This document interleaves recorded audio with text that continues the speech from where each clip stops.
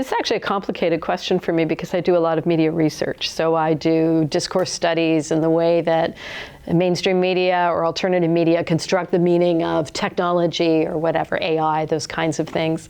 So it's an interesting thing to think about because sometimes the media is the object that you're studying.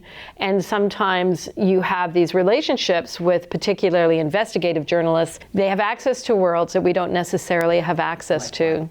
So a good investigative journalist can get into sort of whistleblower territory and speak to someone like, Snowden or the whole Cambridge Analytica thing that The Guardian blew open. So I think it's actually really important as a researcher to think about when those interactions with journalists can be productive. I certainly follow a lot of good investigative journalism because it alerts me to emerging issues.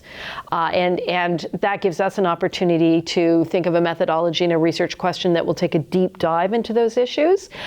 So it's a great source of new questions that need to be asked. But I've also found over the years, because I do a lot of advocacy and, parliamentary interventions and policy work, that if you develop those relationships with journalists over time, again, you build up a relationship based on trust.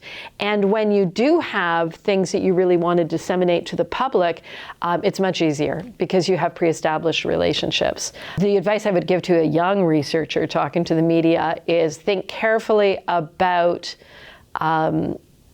your own time. If you get to be the person that media knows they can call up for that 2-second clip to get on CBC, you'll have a lot of trouble finding time to do your own research.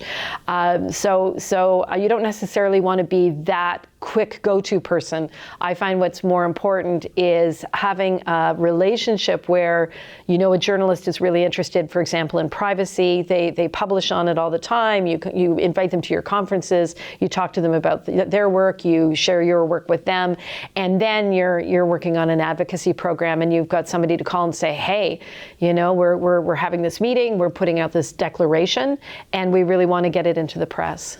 It depends what you're doing. So as an academic, we do all sorts of different things. We do research, we do advocacy, we do dissemination, we do education. Media intersects with each of those tasks in different ways.